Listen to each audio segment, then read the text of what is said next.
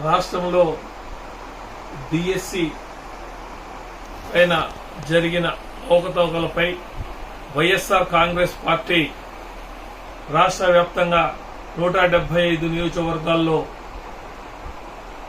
Relay నిరాహార దీక్షలు ప్రారంభిస్తే రాజధాని నడిబొడ్డున ఉన్నటువంటి సెంట్రల్ నియోజకవర్గం మాజీ మంత్రి మల్లాది విష్ణు పైన తెలుగుదేశం పార్టీ బోండా ఉమా స్థానిక ఎమ్మెల్యే ఒక గూండాగా ఒక రౌడీగా మారి జనాలతో ఆ శిబిరాన్ని ధ్వంసం చేసి వారిపైన కోడిగుడ్లు మరి రాళ్లతో దాడి చేసి మరి పోలీసులకు ముందుగానే ఒక గంట ముందుగానే చెప్పడం కూడా జరిగింది.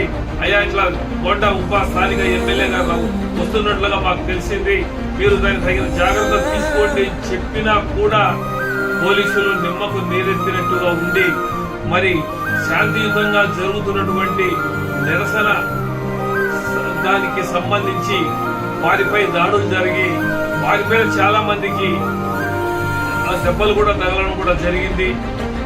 మరి బోండా ఉమ్మ చేసినటువంటి ఈ రోజు చేసినటువంటిది నిజంగా ఈ రాష్ట్రంలో రాజ్యాంగబద్ధంగా మనకు పరిపాలన జరుగుతూ ఉందా, లేకుంటే రెడ్ బుక్ రాజ్యాంగమే ఏలుతా ఉందా?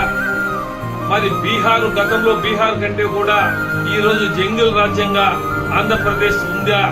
ప్రతి ఒక్క జిల్లాలో కూడా ప్రతి జిల్లాలో కూడా ఏదో ఒక రూపంలో వైఎస్ఆర్సీపీ నాయకులు ప్రభుత్వం చేస్తున్నటువంటి మంచి పనులు కాకుండా చెప్పిన పనులు చేయకుండా పోయి దాని మీద విమర్శిస్తే వాళ్ళపైన ఏదో విధంగా కేసులు పెట్టి జైల్లో పంపడం జరుగుతూ ఉంది.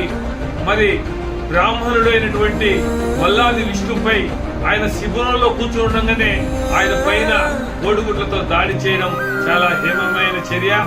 మరి అదే విధంగా విద్యాశాఖ మంత్రిగా ఉండి అయ్యా నువ్వు నిజాయితీగా ఉంటే ఈ రోజు సిబిఐ ఎంక్వైరీకి చేయండి, లేకపోతే నీ పదవికి రాజీనామా చేయండి.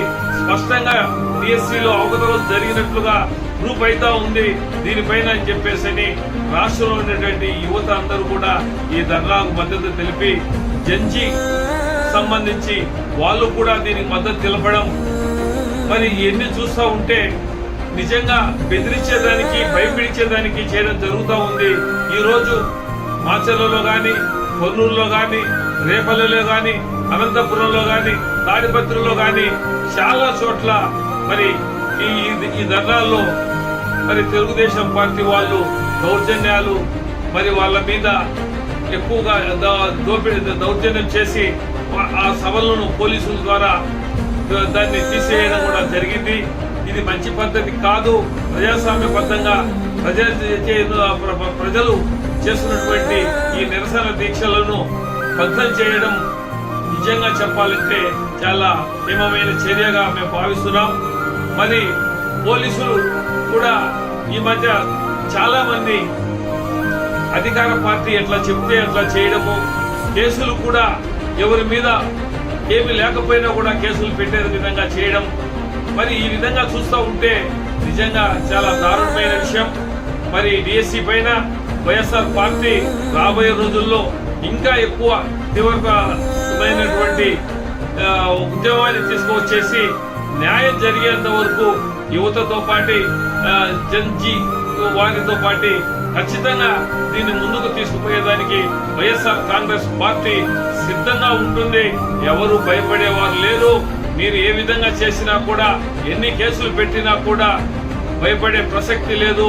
న్యాయం జరిగేంత వరకు పోరాటం ఆగదని చెప్పేసి మాజీ ప్రభుత్వ సలహాదారుడిగా నాగార్జున రెడ్డిగా నేను తెలియజేస్తూ సెలవు తీసుకుంటున్నాను. నమస్తే.